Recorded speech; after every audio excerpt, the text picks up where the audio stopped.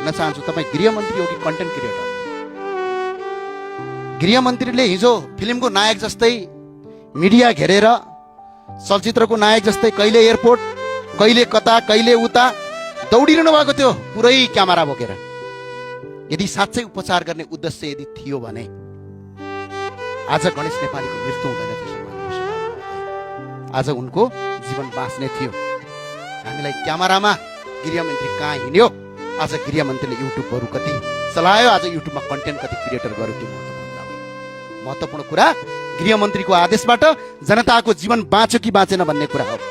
आज सुविधा सम्पन्न अस्पतालमा बेलैमा उपचार गरिदिएको भए, एयर एम्बुलेन्सहरू पुर्याइदिएको भए, त्यो एयरपोर्टमा दौडिनेको सट्टा एउटा प्लेन मात्र एयरपोर्टमा पठाएर दिल्ली जान कति लाग्छ? 2 घण्टा सम्माननीय सभा। आज मान्छे गणेश नेपाली तर के भयो?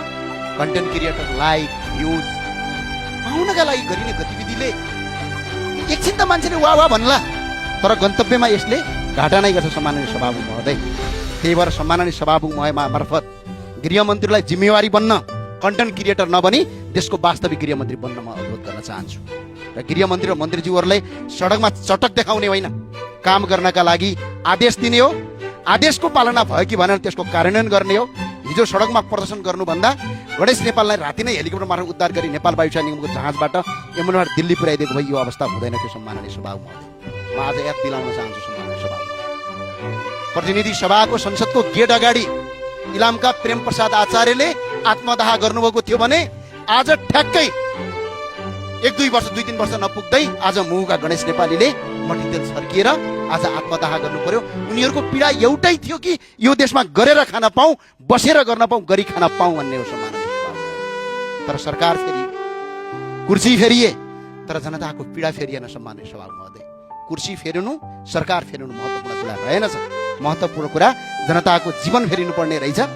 सरकारले पछिल्लो पटक जनताको जीवन सहज बनाउने भने झन् कठिन बनाउने नीति बनायो सम्माननीय सभामुख महोदय। सरकारको नारा चाहिँ अत्यन्त राम्रो छ, गरिबको चमेली बोल दिने कोही छैन। बोल्न दे सरकार, बोल्न दे सरकार, मनको कुरा खोल्न दे सरकार। तर आज गरिब दुखी जनतालाई सरकारले करमाथि कर थपेर आज बिजुको अवस्था पुर्याएको छ। सम्माननीय सभामुख महोदय, मैले सकिहालेँ सम्मान सभा महोदय। सम्माननीय सभामुख महोदय, म आज सरकारलाई सोध्न चाहन्छु, ठेलागाडामा व्यापार गरेर जीविकोपार्जन गर्नेहरूको व्यवस्थापन कहाँ छ?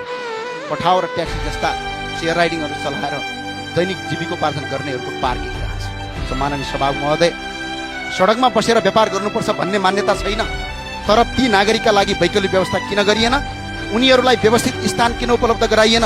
जीविकोपार्जन गर्ने वातावरण किन सिर्जना गरिएन? यही प्रश्नको जवाफ यो सरकारलाई, जनतालाई दिनुपर्छ सम्माननीय सभामुख। यो सरकारलाई 100 दिनमै सबै काम पुरा गर भन्न खोजेको होइन मैले, तर कम्तीमा जनतालाई मार्ने होइन बचाउने नीति ल्याउनुपर्छ। दुर्भाग्यवश सरकारले जनताले पाउँदै आएको गरिब दुखीले इन्सुरेन्स बिमासम्म कटौती गर्यो 100 दिनमा सम्माननीय सभामुख महोदय। त्यही भएर सम्माननीय सभामुख महोदय, सरकारलाई सबै 100 दिनमा गर्न आऊ भन्न आएको होइन, तर हिजो स्थानीय सरकारको प्रमुख हुँदा काठमाडौँमा गरिबलाई बाँच्न गाह्रो भयो। आज त्यसको परिणाम हामीले भोगिरहेका छौँ। त्यो भएर सरकारलाई विनम्रता गर्न चाहन्छु, हिजोको सरकारले जनताको कुरा सुनेन, जनताको कुरा बुझेन भनेर जनताले मत परिवर्तन गरेका हुन्।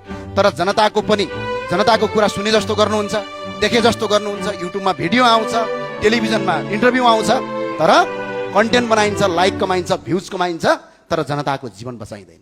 आज कर्णालीमा पनि एउटा हेलिकप्टर नपठाएर मान्छेहरूको मृत्यु भयो। आज पनि एउटा उद्धार नगरेर आज मान्छे एउटा गणेश नेपालीको आज मृत्यु भएको छ। त्यही भएर सम्माननीय सभामुख महोदय, आज यदि गणेश नेपाली जीवित हुनुहुन्थ्यो, यदि सरकारले बेलामा उद्धार गरेको भए, गरिबको चमेली बोल दिने कोही छैन, मलाई बोल्न दे सरकार, मनको कुरा खोल्न दे सरकार भन्ने सरकारलाई गरिब दुखी जनताको आँसु पुछिदे सरकार भन्छु। धन्यवाद। जय राष्ट्रवाद, जय नेपाल। सम्माननीय सभामुख महोदय, हाम्रो सीमाको विषयमा यथावत नै छ, तर अलिकति फरक विषयवस्तु आज। सम्माननीय सभामुख महोदय, म यो संसदलाई सोध्न चाहन्छु र सभामुखज्यूलाई पनि अपिल गर्न चाहन्छु, गणेश नेपालीको मृत्यु यो राज्यको नीतिको कारणले गर्दा आत्मदाह उहाँले गर्नुभयो र सम्मानित मार्फत संसद मार्फत म सम्माननीय प्रधानमन्त्रीज्यूलाई विनम्र अपिल गर्न चाहन्छु र संसार नेपाललाई सोध्न चाहन्छु, यो काठमाडौँ सहर अरबपति र करोडपतिहरूको मात्रै हो। यो गरिब दुखी श्रमिक र निमुखा जनताको पनि सहर हो या हो? यदि गरिब दुखी जनताको सहर हो भने यो नेपालको राजधानी किन हो? नेपालको राजधानी हो भने यो गरिब दुखी र सरबारा वर्गको र जनताको पनि सहर हो। आज गरिब दुखी जनता यो सहरमा बाँच्न नपाउने भइसके अघिल्लो पटक मेयर भएका कारणले गर्दा। यो अवस्था आज सिर्जित बनेको छ। सम्माननीय सभामुख महोदय, सरकार कसलाई चाहिन्छ? सरकार अरबपतिलाई चाहिँदैन सम्माननीय सभामुख महोदय, र करोडपतिलाई पनि सरकार चाहिँदैन। उनीहरूलाई त्यति आवश्यक हुँदैन। सरकार ती व्यक्तिलाई चाहिन्छ जो गरिब छन्, जो निमुखा छन्, जो अपहेलित छन्, जसलाई सरकारको आवश्यकता छ।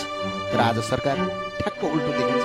सरकारका नीति ठ्याक्क उल्टो छन् सम्माननीय सभामुख। आज सरकारका ऐन नीति नियमहरू हेर्दा सुविधा र व्यवस्था हुने खाने अरबपति र करोडपतिहरूको पक्षमा केन्द्रित देखिन्छ।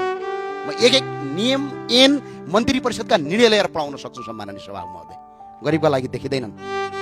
जसको खल्तीकोमा पैसा छ उसले नेपालमा बाँच्न पाउँछ, तर जसको खल्तीमा पैसा छैन उसको जीवनको कुनै मूल्य छैन भन्ने जस्ता सन्देशहरू सरकारका नीति तथा कार्यक्रमले दिइरहेका छन् सम्माननीय सभामुख महोदय। नीति तथा कार्यक्रम यस्तो नबनाऊ जुन जनताले थेक्न सक्ने होस्, यस्तो बनाऊ जुन जनताले थेक्न सक्ने होस्। आफ्नो घरबार बेचेर राज्यको जरिवाना तिर्नुपर्ने कानुनले न राज्य सुरक्षित हुन्छ न जनताको जीवन सुरक्षित हुन्छ सम्माननीय सभामुख। यो युरोप हो, यो नेपाल हो। यहाँ सबै अरबपति छैनन्, सबै करोडपति छैनन् सम्माननीय सभामुख महोदय। सम्माननीय सभामुख महोदय, हामी युरोपका देशभन्दा बढी कर तिर्छौँ, तर सुविधा भन्ने हामीले कस्तो पाउँछौँ? सोमालियाको भन्दा तल्लो स्तरको सुविधा पाउँछौँ। त्यही भएको हुनाले सम्माननीय सभामुख महोदय, आज नागरिकले औसत 40% भन्दा बढी हिस्सा करमा तिर्छन् अहिले पनि। तर के दिउँ त? राज्यले के दिन्छ? 40% कर दिँदा न त शिक्षा निशुल्क दिन्छ, न त स्वास्थ्य निशुल्क दिन्छ, न त गतिलो बाटो दिन्छ, न त पार्किङ गर्ने कुनै व्यवस्था दिन्छ।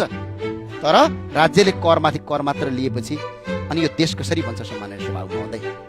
तर रोड ट्याक्सदेखि लिएर हरेक ट्याक्स गर्ने भने अहिले 296% राज्यले कर सल्फो गर्छ, तर सुविधा केही पनि छैन।